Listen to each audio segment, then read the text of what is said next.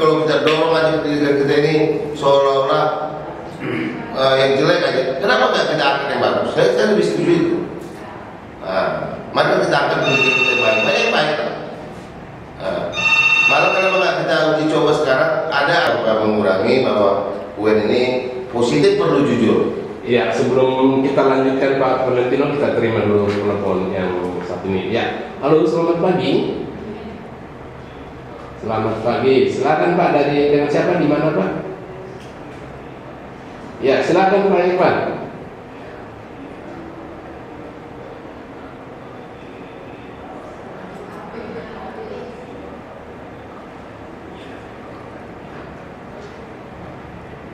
Iya.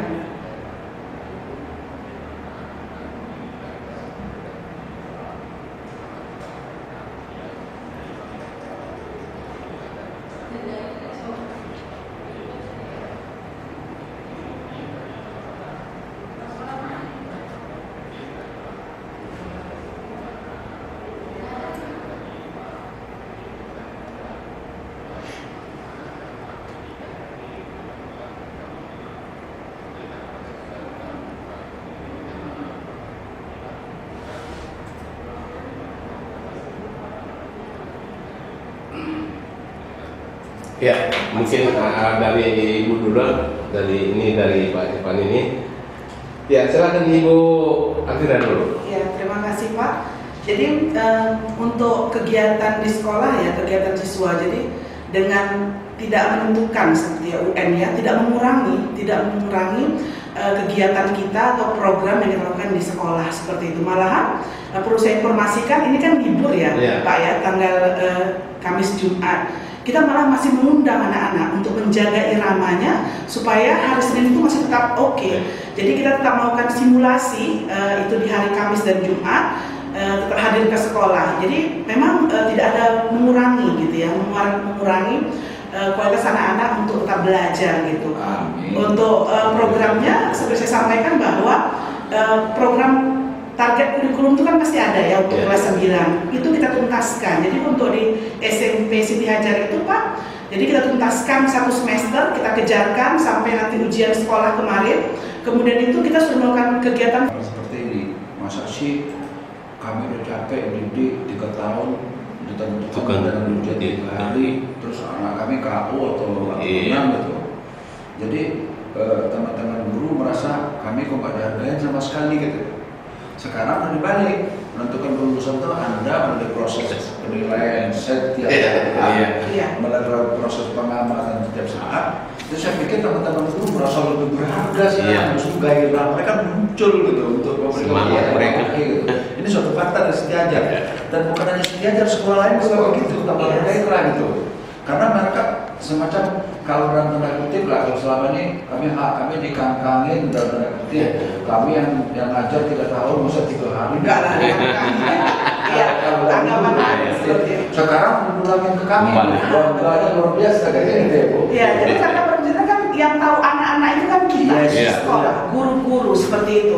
Kemudian tidak hanya akademis gitu ya, sikap itu kan penanaman karakter itu kan memang harus kita bina anak-anak gitu. Jadi memang yang tahu itu guru. Jadi alhamdulillah gitu ya, mulai sekarang ke depan ini sudah sekolah yang menentukan. Jadi memang kita bisa. Betul.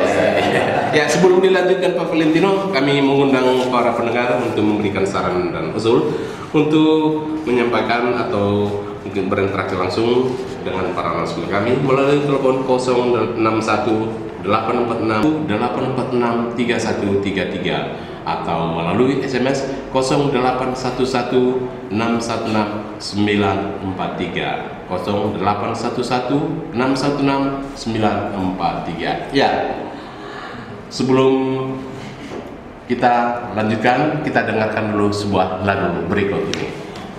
Pendidikan itu kenapa? Saya teringatkan pernah seorang insinyur menjadi kepala rumah sakit, bukan seorang dokter. Ujung daripada itu rumah sakit itu tutup. Kenapa? Ya kan, di dunia pendidikan ini kan juga harus orang-orang yang memang cerdas. Ya kan, misalnya kata suster, kalau kata suster,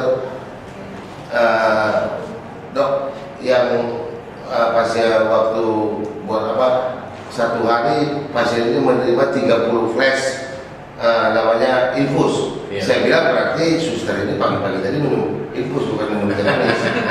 Ya kan? Artinya kalau insinyur kan nggak tahu. Artinya kita harus berhati-hati. Dunia pendidikan ini juga harus dikelola orang-orang yang paham tentang pendidikan. Jadi kan kalau masalah UN ini hanya masalah yang kecil. Kalau masalah dana, saya pikir yang paling penting adalah masalah peletakan uang ini ke porsi yang tepat. Kan itu yang paling penting. Dan saya rasa ada satu lagi, ya kan? Orang sudah mengeluh sekarang pendidikan menurun. Kenapa? Karena guru nggak berani lagi. Kalau saya dulu, kalau secara jujur, kalau guru saya dulu berani mukul saya. Iya. Tetapi ayah saya Iksan, Selamat pagi.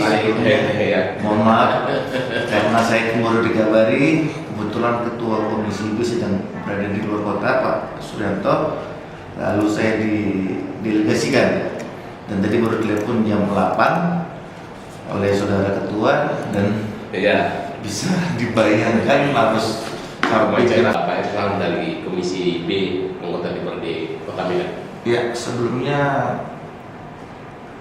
kami mengucapkan selamat Hari Pendidikan Nasional walaupun tanggal 2 kemarin gitu. Kita berharap DPR Kota Medan berharap Hari Pendidikan Nasional itu menjadi momentum bangkitnya pendidikan di Kota Medan. Boleh kita sadari tanpa melihat ke belakang, pendidikan Kota Medan sekarang ini stagnan. Kita nggak tahu berada di mana, di atas atau di bawah, atau mungkin level-level tengah. Termasuk kelulusan pada saat periode yang lalu. Saya waktu menjabat ketua komisi B, Pak Kolibino, mungkin Pak Masrul juga hadir. Saya Pak periode pertama Pak ketua komisi B. Saya tanya sama saudara Kadis, Medan masuk peringkat berapa Sumatera Utara? Beliau nggak bisa memberikan jawaban, Pak.